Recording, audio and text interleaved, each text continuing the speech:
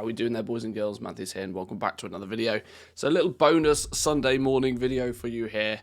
I want to talk about Darkmoon cards for a little bit. You may be wondering, well, the thumbnail and the title seems to indicate fishing has got something to do with it, and fishing certainly does. We went into Dragonflight with the understanding that fishing could be quite cool, that you could fish up these soggy packs of Darkmoon cards. Are they called soggy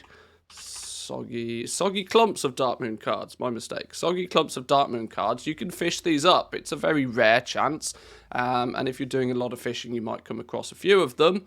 But we very quickly came to the belief that it's not going to have that much of an impact on the Darkmoon deck market. It shouldn't influence the price too much, considering you can use your scribe and you can craft the Darkmoon cards. It's turned out, though, that there's a little bit more to the story that not everybody first initially thought.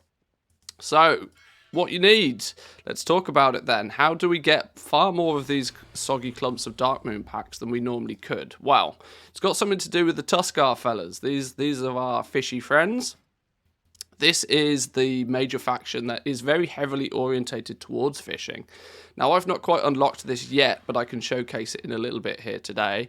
Once you reach Renown 10 with the Tuskar, you unlock ice fishing. Now, there's many people that will have already done this. I've been playing the game quite a lot, but I've not been sort of like laser focusing on the reps just yet.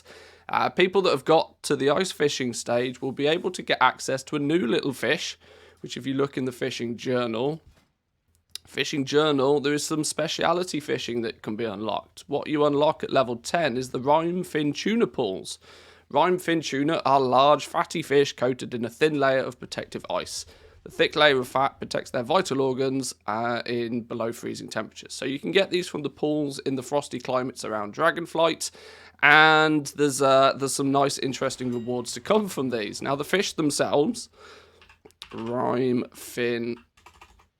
The fish themselves generate these, the frosted rime fin tuna, which you may find a whole bunch of these on the auction house. This is why you don't strictly need to have the fishing unlocked to maybe take advantage of this.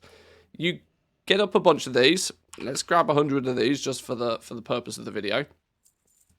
These things, when you get them though, they're not strictly a material straight away. You brush off the icy coating in the fish. What happens when you do this is it starts a countdown timer. It gives you a 60-minute countdown timer, and that timer will eventually expire. And if it expires, your fish is wasted, right? You think your fish is wasted. You think your fish, now, well, it's just vendor trash, put it in the bin. It's gone, gone rotten.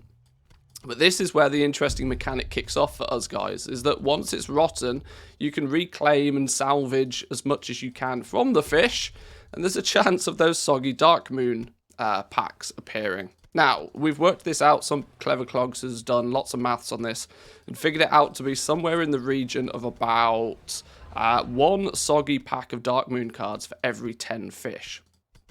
Quite convenient numbers for you to do the maths on that, but it's going to take a lot of inventory space because when you lay them out, I suppose, lay them out to dry, they don't stack. So you can see here, it's going to take up a large portion of my inventory space. But they all have this timer. Soulbound, duration 1 hour, crafting reagent. The protective frosted shell has been brushed off. Don't let it spoil. So what I'll do from here on for the rest of this video is I will, by the power of editing, skip forward 59 minutes until these are done. Back in a sec. Okay then, so with 59 minutes, a little over 60 minutes later, we can find out that we have a whole bunch of rotten rime fin tuna, and now we can do is we can salvage these. Salvaging them, for the most part, is going to give you this maybe meat. Not anything too particularly interesting, but if we do it enough, oh, there we go, we can see we got ourselves our first soggy clump of Darkmoon cards. Let's rifle through these real quickly. Second pack of cards. We also get some rousing decay, which is quite nice. Sort of quite thematic that from a rotten fish we get a rousing decay. Let's quickly burn through all of these and see how many decks we can get. This was 100 fish, by the way, for reference. Come on, a little bit of lag because it's Sunday afternoon at this point and I can't click fast enough. We're getting a whole bunch. You can see the inventory coming down here, up to 8 decks already. I think this is above average so far. Up to 11, 12. Now, there's lots of levels of RNG in this. With the amount of RNG involved, the prices that you want to pay for your fish, the prices that you ultimately then want to try and sell your cards for is a little bit here. You know, it's a little bit in the laws of RNG. But we got ourselves 15 packs. Now, I wouldn't be a good content creator unless I open these packs for you. Let's see if we can pull any aces. Of course, we know the aces to be the valuable ones that we're really interested in. And sod's law, on this round, we get nada. Now, not very convenient for the purpose of a video, I understand. But there are aces that can come from these. They seem to have the same drop rate as the regular crafted packs. But of course, anytime you are opening packs, we have like 3 levels of RNG on this. If you get the aces, you win. If you don't get the aces, you don't win. It's you know, it's a little bit of gambling. But there we go. That should showcase to you that there are alternative ways to get Darkmoon packs. We can do this in, you know, sizable quantity nowadays.